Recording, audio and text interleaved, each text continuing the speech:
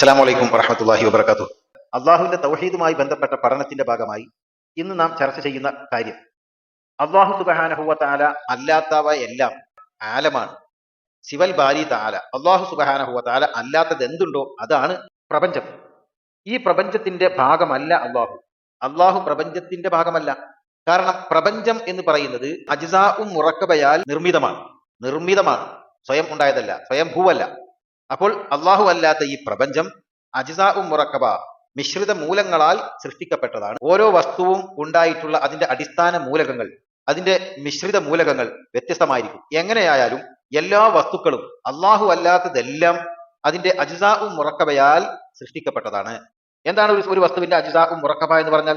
അജ്സാഉൽ ഖാരിജിയ്യത്തിൽ ഷൈഅ്, ഒരു വസ്തുവിന്റെ ബാഹ്യ മൂലകങ്ങളാണ്. ഒരു വസ്തു ഇവിടെ ഉണ്ടായിട്ടുണ്ടോ അതിവിടെ ആലമുൽ അജ്സാമിൽ, ഈ സ്ഥൂല പ്രപഞ്ചത്തിൽ ഇവിടെ നിലനിൽക്കാൻ, അതിൻ്റെതായ ഒരു താൽക്കാലിക വുജൂദ് ഇവിടെ പ്രകടിപ്പിക്കാൻ അതിന് അജ്സാഉൻ ഖാരിജിയ വേണം. അതിൻ്റെതായ ബാഹ്യ മൂലകങ്ങൾ അതിനാവശ്യമാണ്.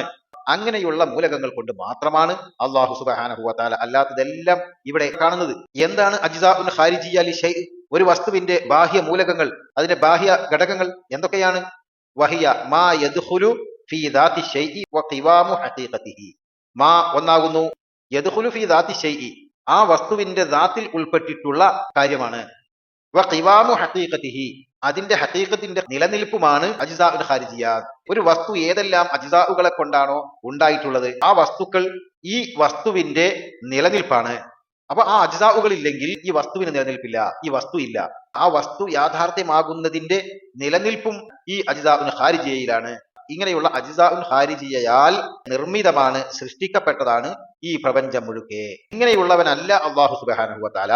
അജ്സാഉൽ ഖാരിജിയ അള്ളാഹു സുബ്ഹാനഹു വ തആലക്കില്ല. അള്ളാഹുവിന് അംശിക്കപ്പെടാൻ കഴിയില്ല.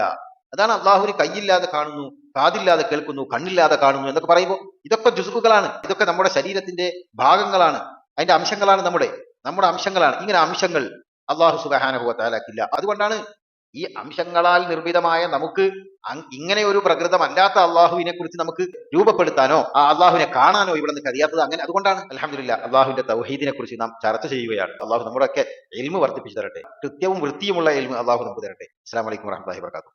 ചാനൽ സബ്സ്ക്രൈബ് ചെയ്യുക. സുഗന്ധതീരം സുഗന്ധതീരം സുഗന്ധതീരം സുഗന്ധതീരം സുഗന്ധതീരം സുഗന്ധ